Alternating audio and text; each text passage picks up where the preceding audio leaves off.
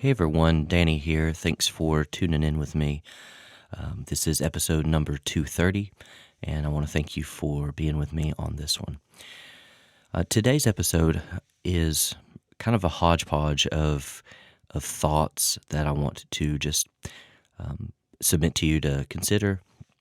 It came in my Bible reading, and so you'll notice they're all from the book of Matthew. As I made my way along, things stuck out to me and warranted in the moment some extra thought, and so I'm kind of sharing those with you now as we make our way through these. There's three of them, and we'll just kind of unpack it a little, and I'll just kind of give some thoughts for you to think on.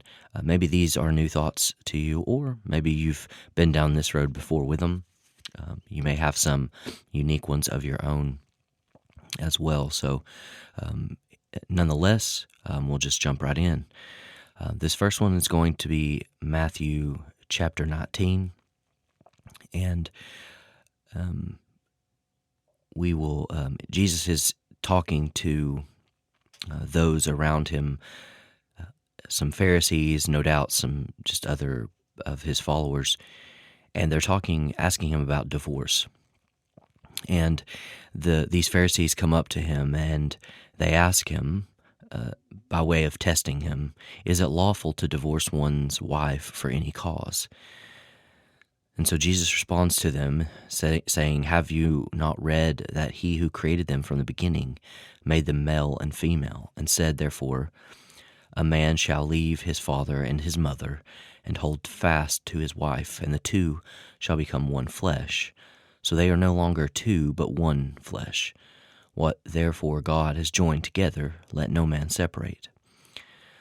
So then the Pharisees follow up with a question, and honestly, it's a fair question and a good one.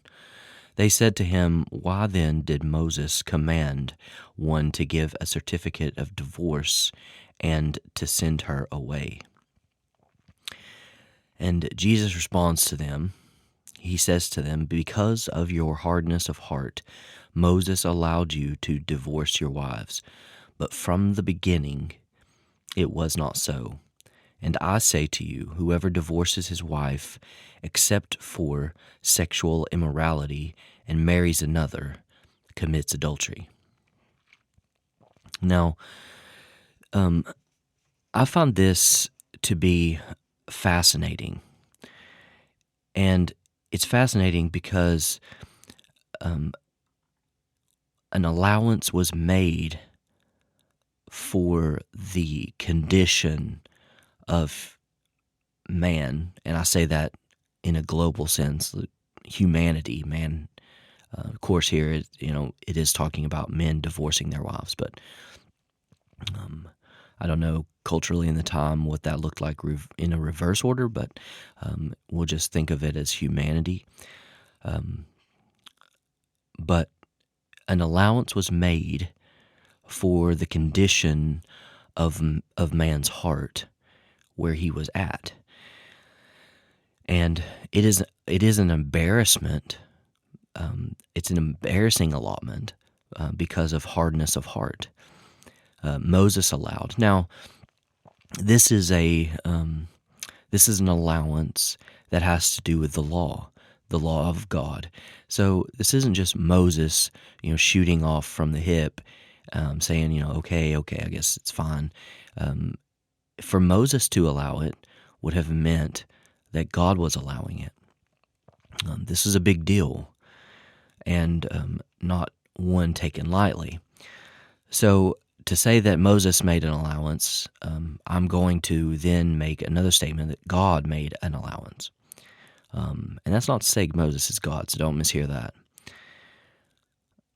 But because of the hardness of their heart, they were allowed to divorce their wives. But from the beginning, it was not so. So this is not the way of God. And Jesus actually puts a more pointed exclamation mark on it. He says, not only do I say divorce is not the way. But if you divorce your wife, and except in the case of sexual immorality, if you divorce your wife and you marry another, you commit adultery. And in elsewhere, he explains that that if the woman marries again, she commits adultery. So it's a both way covenant. But I have two, I guess, feelings attached to this as I read it, and it becomes highlighted to me. One, it is an embarrassment that speaks to the condition of the human heart, and how allowances are made in some situations for where we are. And so it's such a provocative call out to me to try to attain to the place where we are operating in our lives to the fullest measure of what God has intended, and not settling for less than what God desires. The next thing I feel in this is I feel, for a lack of a better word, I guess, in the moment, heartwarmed, because in spite of the condition of the human heart, God saw where man was, and in that deficiency, he made an allowance. This isn't ammunition for us to be able to stay where we are, and God will make an allowance. We have to be careful presuming things of significance, but I am encouraged that the God of all creation wouldn't just snub his nose and cross his arms at the reality of where his creation was, and that is to say, where they were in their spiritual, emotional, social maturity. It is encouraging to see that that God would care enough, and that an allowance was possible. And there was no, well, you better try harder because you're missing the mark here. So don't hear an allowance for sin to be always present in our lives. We're always reaching for to better reflect the righteousness of Christ in our lives, in our spiritual life. But it is an encouragement to me to see that in spite of our shortcomings, because you and I, we all have plenty, and but God saw that, and his kindness to us in light of this law or rule or allowance really demonstrates that. So that's one thing that I wanted to point out. Now, the next thing we'll find is Matthew chapter 20, and it's kind of a neat little perspective change that came from this. You may be familiar with this, but Jesus is giving them this comparison to the kingdom. And he talks about laborers, and he hires them for his vineyard, and he pays them a denarius for a day and sends them out to his vineyard. And he goes and finds others who are idle and not working, and he hires them and sends them out and pays them, agrees to a sum. This goes on across the day, and then at the 11th hour he went out and found others, and he asked them, "Why are you standing here?" And it's because no one's hired us. So he says to them, "You go to the vineyard too." And when evening comes, the owner of this vineyard says to his foreman, "Now call the laborers and pay them their wage." Notice this, beginning with the last up to the first. So pay them their wage, beginning with the last person up to the first person. And when those hired about the 11th hour, each of them came and received a denarius. But when those who were hired first came, they thought that they would receive more. But each of them also received a denarius. And on receiving it, it says they grumbled at the master of the house, saying, "These only worked an hour, and you have made them equal to us." Notice that, equal to us, who have borne the burden of the day and the scorching heat. But he replied to one of them, "Friend, I am doing you no wrong. Did you not agree with me for a denarius? Take what belongs to you and go. I choose to give to this worker as I give to you. Am I not allowed to do what I choose with what belongs to me, or do you begrudge my generosity? So the last will be first, and the first will be last." Okay, I've always seen this idea of the last will be first, the first will be last. I've always seen this through the lens of kind of like an order, a sequence. The highest position will be the lowest, and the lowest will be the highest. The first person will be the last person, and the last person will be the first. I've always seen it through the lens of an order or a sequence. If you follow that, hopefully I'm articulating it okay. But what I noticed here, and it fits the idea of, maybe we'll call this a parable.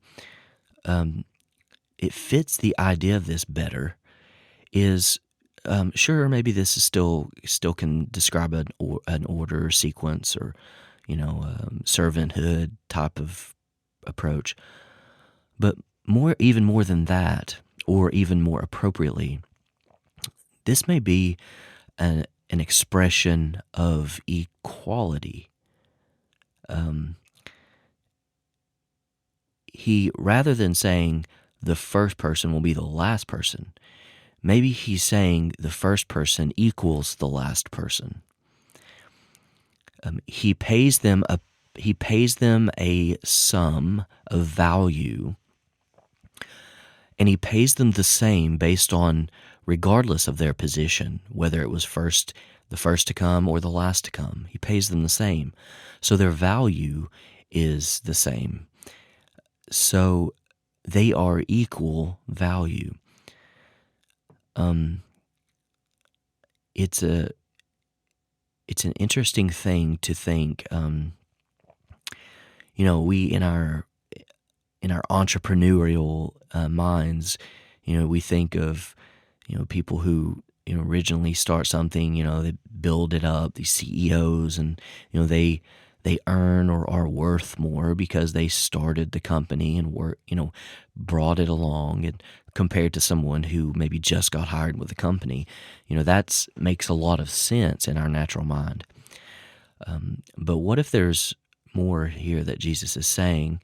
What if he's saying that in the kingdom, you are equal to the other?